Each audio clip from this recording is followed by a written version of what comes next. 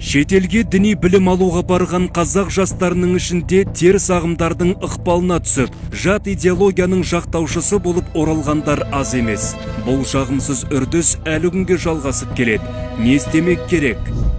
Шетелде білім алудың артықшылығы баршылық, танымал дін орталықтарына барып, діни ілімнің қайнар көзінен сусындаған жақсы әрине.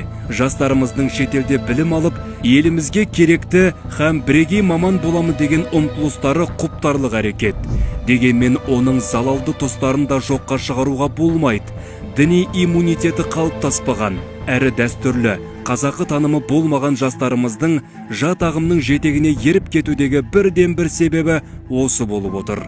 Соңғы жылдардағы таяу шығыс елдерінде әртүрлі діни ағымдардың белсенділігі артуымен қоса, дінаралық келеңсіздіктер белең алуы, террористік ұйымдардың ашықтан ашық әрекет жасау себебінен қоғамдық, саяси және діни жағдаят күрделене түсті.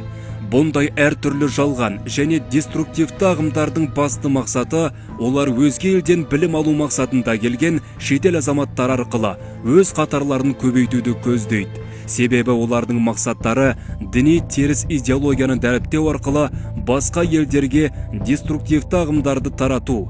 Өз елінде бастапқы діни білімін жетілдірмеген адам шетелге барғанда ақ қарасын, кімдікі дұрыс, ал кімдікі бұрыс екенін ажырата алмау себебінен сол елдегі деструктивті тәлім беретін орталарға қосылып кетуіне ықтималдылығы мол.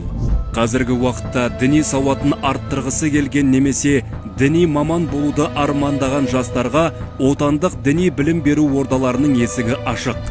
Атап айтар болсақ, Қазақстан мұсылмандары діни басқармасына қарасты Нұр Мүбәрак Египет Ислам мәдениеті университеті мен 9 медресе колледж жұмыс істейді. Бұдан өзге зайырлы білім берудің бөлігі ретінде еліміздегі 5 жоғарғы оқу орнында дін танушы мамандар даярланады.